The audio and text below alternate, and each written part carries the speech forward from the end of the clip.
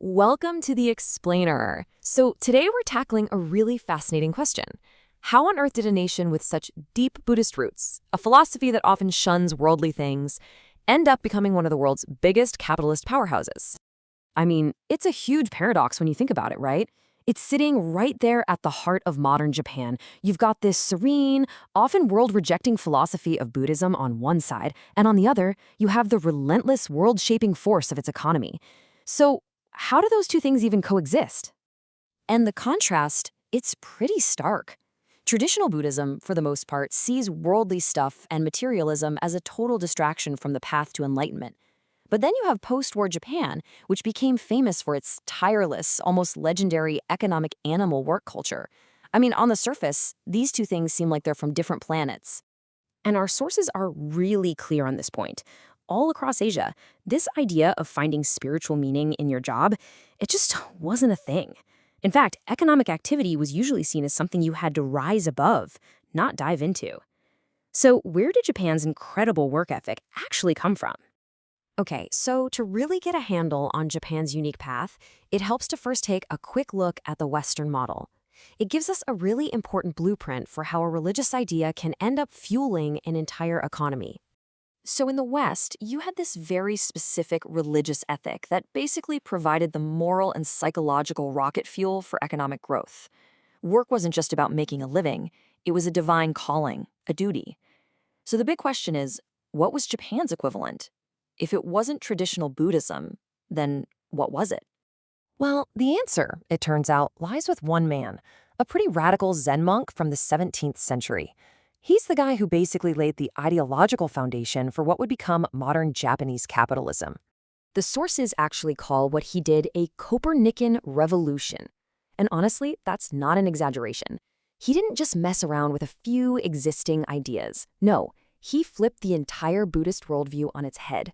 He shifted the center of spiritual life from the quiet monastery to the busy marketplace. And this is his revolutionary idea right here, boiled down to one sentence. All work is Buddhist practice. This single phrase would completely reshape Japan's relationship with work, with money, and with spirituality itself. So what does that actually mean? Well, the key thing to get is that Shosan was arguing that your daily job, whether you were a farmer, an artist, or a merchant, that was your training ground for enlightenment. You didn't have to run away from the world to find salvation. You could find it right in the middle of your 9 to 5. So how does an idea like that actually build a new work ethic for an entire society? Well, Shosan didn't just leave it as a philosophical concept. He gave every single person a divine purpose in their daily grind. He gave a new spiritual reason for every major job. For the farmer, working the fields was a holy act. For the artisan, making beautiful things was like channeling the virtue of Buddha. And get this, for the merchants, who were often looked down on, he said their trade was a noble service that helped everyone. And here's the absolute masterstroke. Shosan completely reframed the idea of profit. It wasn't about greed anymore. Instead, profit was just the natural, totally acceptable result of doing your spiritual and social duty with all your heart. This was huge because it let commerce take off without all the moral baggage. Okay, so let's fast forward. How did this 17th century idea manage to survive and end up shaping the modern Japanese corporate world that we know today? Well, the connection is surprisingly direct. This quote just nails the whole legacy.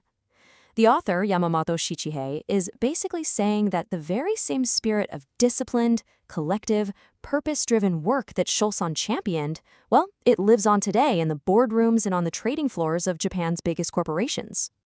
And just like that, we've come full circle. That paradox we started with, the serene Zen monk on one hand and the relentless economic animal on the other, is solved. They aren't opposites after all. According to this view, they're really just two sides of the same coin, a coin that was forged centuries ago by Suzuki Shosan's radical idea that your work is your path. Now look, of course, a nation's economic history is incredibly complex, but the sources we're looking at today point to the spiritual revolution as a really powerful, fundamental piece of the puzzle, and it leaves us with one final thought. In today's world of quiet quitting and shifting ideas about work-life balance, does the centuries-old spirit still have a place in modern Japan? And what lessons, if any, could it hold for the future of work everywhere? That's definitely something to think about.